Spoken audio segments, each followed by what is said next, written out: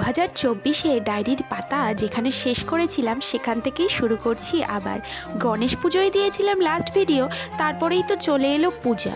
দুর্গাপুজোয় কেনাকাটা শুরু হলো, বাবা এসেছিল। তারপরে কেনাকাটা সেরে পৌঁছে গেছিলাম গ্রামের বাড়িতে। যেতে তো হবেই, ওখানে ছিল পুজো। কিন্তু এবারের পুজোগুলো ছিল খুব সকাল সকাল ভোর ভোর, রাত্রিবেলা অল্প ঘুমিয়ে, তাই সকাল সকাল রেডি হয়ে চলে গেছিলাম পুজো মন্দিরে।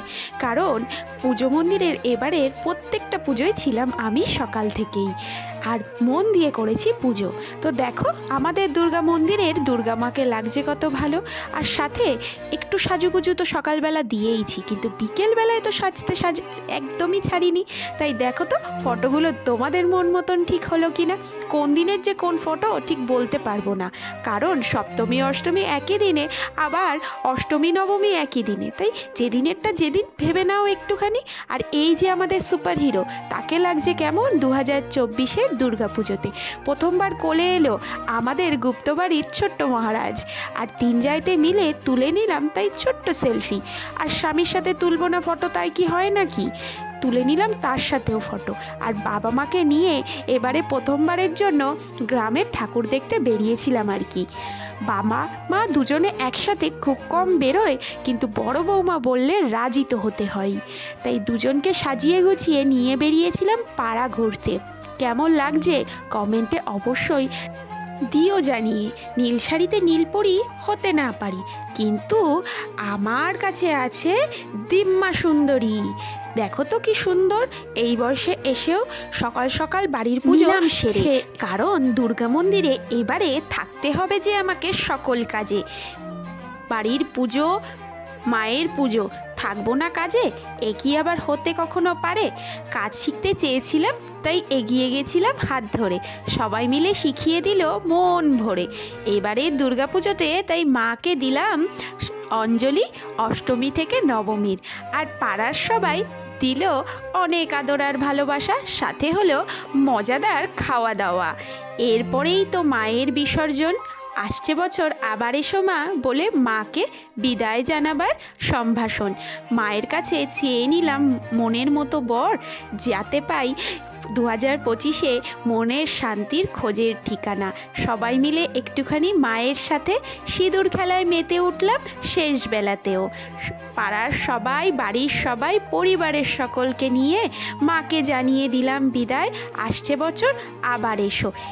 সকলকে প্রণাম জানিয়ে শেষে জানালাম কর্তামশাইকেও বড় করে ষষ্ঠাঙ্গে প্রণাম।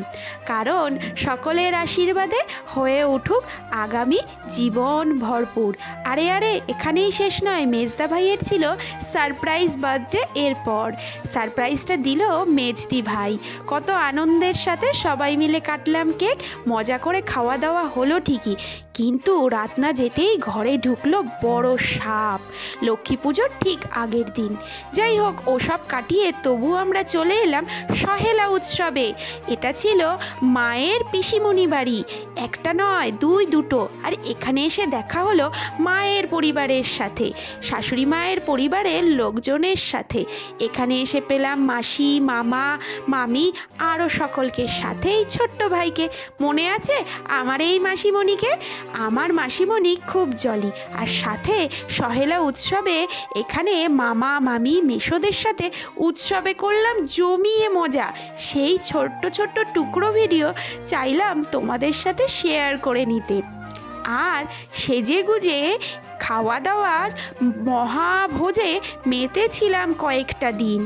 বেশ কিন্তু কাটিয়েছি সকলের সাথেই, আর মনে রেখেছি তাদেরকে মনের মণিকোঠায়।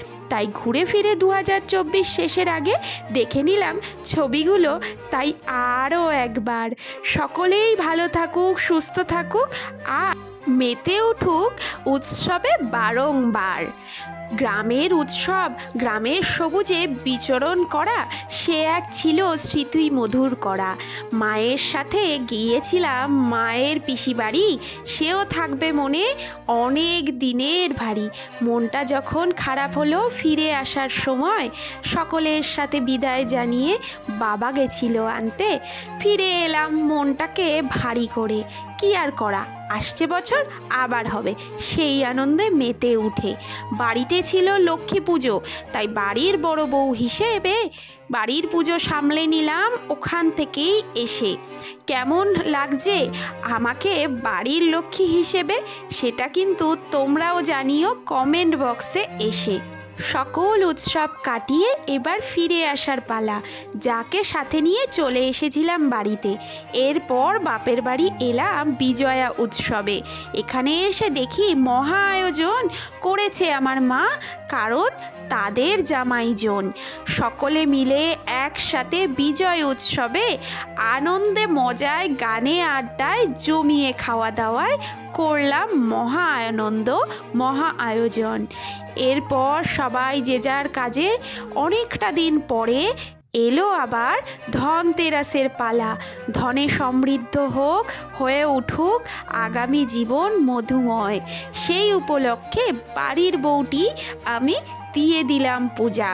কেমন লাগছে আরও একবার জানতে চাইলাম তোমাদের কাছে সোজা সাপটা।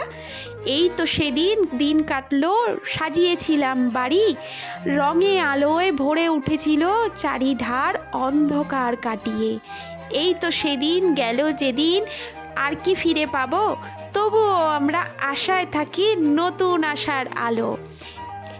বাড়ির কাছে বিখ্যাত পুজো কালী পুজো রে ভাই, তাই তো এনেছিলাম শাশুড়ি মাকে ডেকে নিয়ে, তাই নিয়ে এলাম, ঘুরবো ফিরবো করবো মজা অনেক, সাথে তুলবো সেলফি, তাই কিনে নিলাম ফোন। এখন আমার শাশুড়ি মা তুলবে সেলফি, করবে ভিডিও কল যখন তখন, ফোনে না পেলে পরে বলবে করছিলে কি, দেখাও তাড়াতাড়ি। আরে আমার মাও এসেছিল দেখা করতে আমার বাড়ি। এই তো সেদিন গেল সময়, আবার বলি তাই 2024 ছেড়ে 2025-এ দিলাম পা। কাটিয়ে নিলাম বেশ কয়েকটা দিন, চলে এলো ভাতৃদ্বিতীয়া। চললাম তাই দিদির বাড়ি, অনেকটা দূর আরামবাগে। প্রথমবার যাওয়ার খুব ছিল তাগিদে, মাকে নিয়ে চললাম, তবে মা গেল না সাথে, মা গেল তার বাড়ি ফিরে, আমরা গেলাম দিদির কাছে। প্রথমবার যাচ্ছি দিদির বাড়ি, তাই সেজে গুজে করেছিলাম মহাভোজে আনন্দ।